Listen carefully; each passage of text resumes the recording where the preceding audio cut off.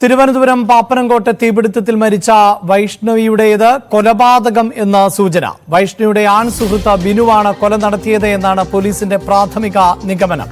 DNA ഫലം ലഭിച്ചാൽ മാത്രമേ ഔദ്യോഗിക നിഗമനത്തിലേക്ക് പോലീസിന് എത്താൻ സാധിക്കൂ. വി വിനോദാണ് വാർത്തയുടെ വിശദാംശങ്ങളുമായി ചേരുന്നത്. വിനോദ്, കഴിഞ്ഞ ദിവസം തന്നെ ചില സംശയങ്ങൾ ഉണ്ടായിരുന്നു. എങ്ങനെയാണ് ഇത്രമേൽ വലിയ തീപിടുത്തം ഉണ്ടാകുന്നത്? ഷോർട്ട് സർക്യൂട്ട് അല്ല അപകട കാരണം എന്നതൊക്കെ വ്യക്തമാവുകയും ചെയ്തു. ഈ കൊലപാതകമെങ്കിൽ അതിന് കാരണം എന്താകാം എന്നാണ് സൂചന.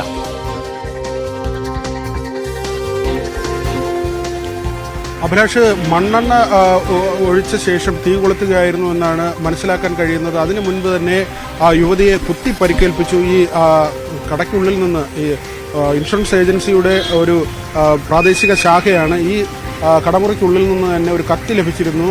കുത്തി പരിക്കേൽപ്പിച്ച ശേഷം വൈഷ്ണവയെ ബിനു മണ്ണെണ്ണ ഒഴിച്ച് തീ കൊളുത്തുകയായിരുന്നു എന്നാണ് മനസ്സിലാക്കുന്നത്. ഈ ആത്മഹത്യാ ശ്രമം കൂടിയാണ്. അങ്ങനെ രണ്ടുപേരും ഒരുമിച്ച് കൊലപ്പെടുത്തി സ്വയം ഇല്ലാതാവുക, അങ്ങനെ ഒരു തീരുമാനത്തിലേക്ക് ഇയാൾ എത്തിയിരുന്നു എന്നാണ് മനസ്സിലാക്കുന്നത്. ബിനു ഇതുവരെയും വീട്ടിലെത്തിയിട്ടില്ല. ബിനു ആണ് എന്നതാണ് ഇതുവരെയുള്ള പോലീസിന്റെ ഒരു സ്ഥിരീകരണം. ഇതിൽ പോലീസ് പറയുന്ന ഒരു കാരണം ഇങ്ങനെയാണ്: വൈഷ്ണവ ആദ്യം വിവാഹിതയാണ്.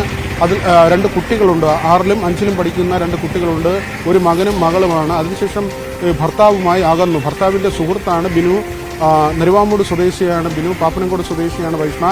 പിന്നീട് ഇവർ ഒരുമിച്ച് ജീവിച്ചു, ഒരുമിച്ചായിരുന്നു കുറേ കാലം. അതിനുശേഷം ഇവർ തമ്മിലും തെറ്റലുണ്ടായി. അതിനുശേഷം വൈഷ്ണ ഒറ്റയ്ക്ക് 2 മക്കളോടൊപ്പം താമസിക്കുകയായിരുന്നു. സഹോദരനും അമ്മയും ഉണ്ട്.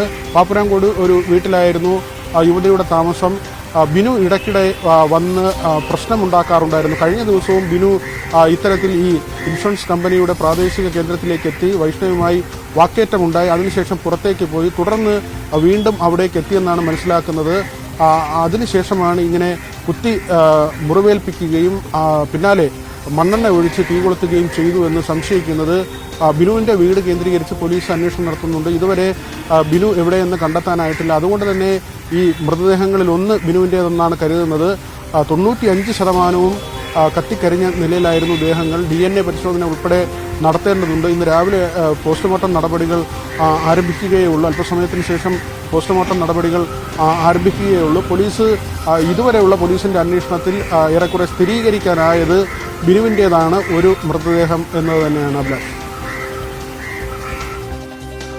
റൈറ്റ്. എന്തായാലും ഇന്നലെ നടന്നത്, പാപ്പനംകോട് നടന്നത്, അത് തീപിടുത്തം ആണ് എന്ന് പറയുമ്പോൾ തന്നെ അതൊരു കൊലപാതകം എന്ന സൂചനയാണ് ലഭിക്കുന്നത്. പ്രത്യേകിച്ച് ഈ യുവതിയുടെ ആൺ സുഹൃത്ത് കൂടിയായ ബിനു ആണ് ഈ കൊലപാതക കൃത്യം നിർവഹിച്ചത് എന്ന സൂചന ലഭിക്കുന്നു. എന്നാൽ ബിനുവിൻ്റേതാണോ രണ്ടാമത്തെ മൃതദേഹം എന്നത് ഇപ്പോഴും സ്ഥിരീകരിക്കാനായിട്ടില്ല. അത് സ്ഥിരീകരിക്കണമെങ്കിൽ DNA പരിശോധനാ ഫലം പുറത്തുവരികയും ചെയ്യണം.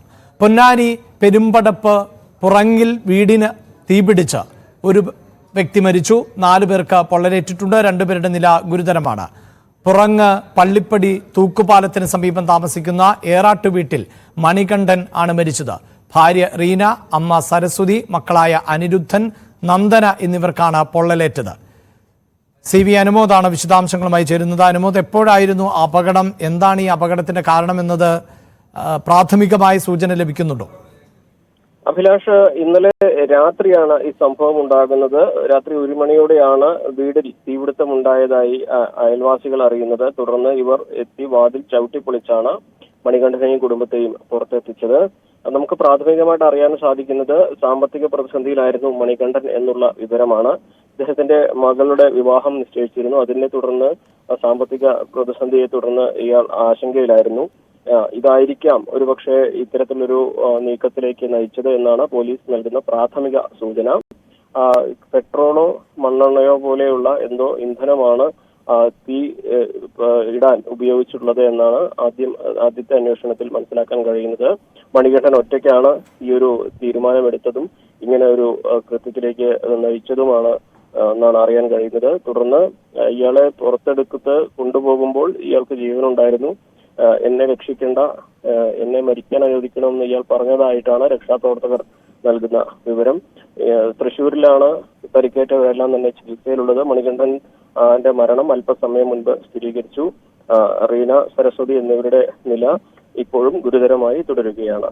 വിശദാംശങ്ങളാണ് CV അനുമോദ് നൽകിയത്. തൃശൂർ മരത്താക്കരിയിൽ വൻ തീപിടുത്തം. ഫർണിച്ചർ ഷോറൂമിനാണ് തീപിടുത്തം ഉണ്ടായത്. പുലർച്ചെ 3 മണിയോടെയായിരുന്നു സംഭവം. 5 യൂണിറ്റ് ഫയർഫോഴ്സ് എത്തിയാണ് തീ അണച്ചത്.